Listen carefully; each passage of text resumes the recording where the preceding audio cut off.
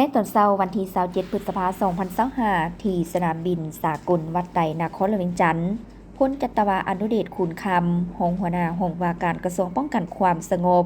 พลจัตวาดาวส่วนเลิน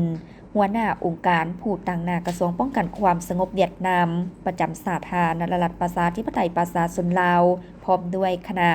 ได้ต้อนรับพลตรีเงวียนวันลองรองรัฐมนตรีกระทรวงป้องกันความสงบสาธารณรัฐสังคมนิยมเวียดนาม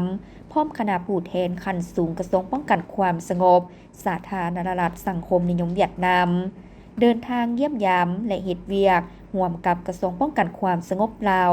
ในระหว่างวันที่27ถึงวันที่29พฤษภาคม2025การเดินทางมาเฮ็ดเวียกอยู่สาธารณรัฐประชาธิปไตยประชาชนลาวของคณะผู้แทนขั้นสูงกระทรวงป้องกันความสงบเวียดนามในครั้งนี้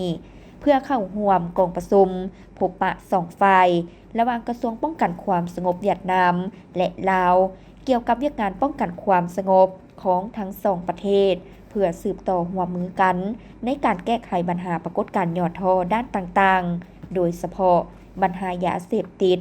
ความสงบตามสายแดนและปัญหาอื่นๆเพื่อเฮ็ดให้2ประเทศเวียดนามลาวมีความสงบและเป็นระเบียบเรียบร้อย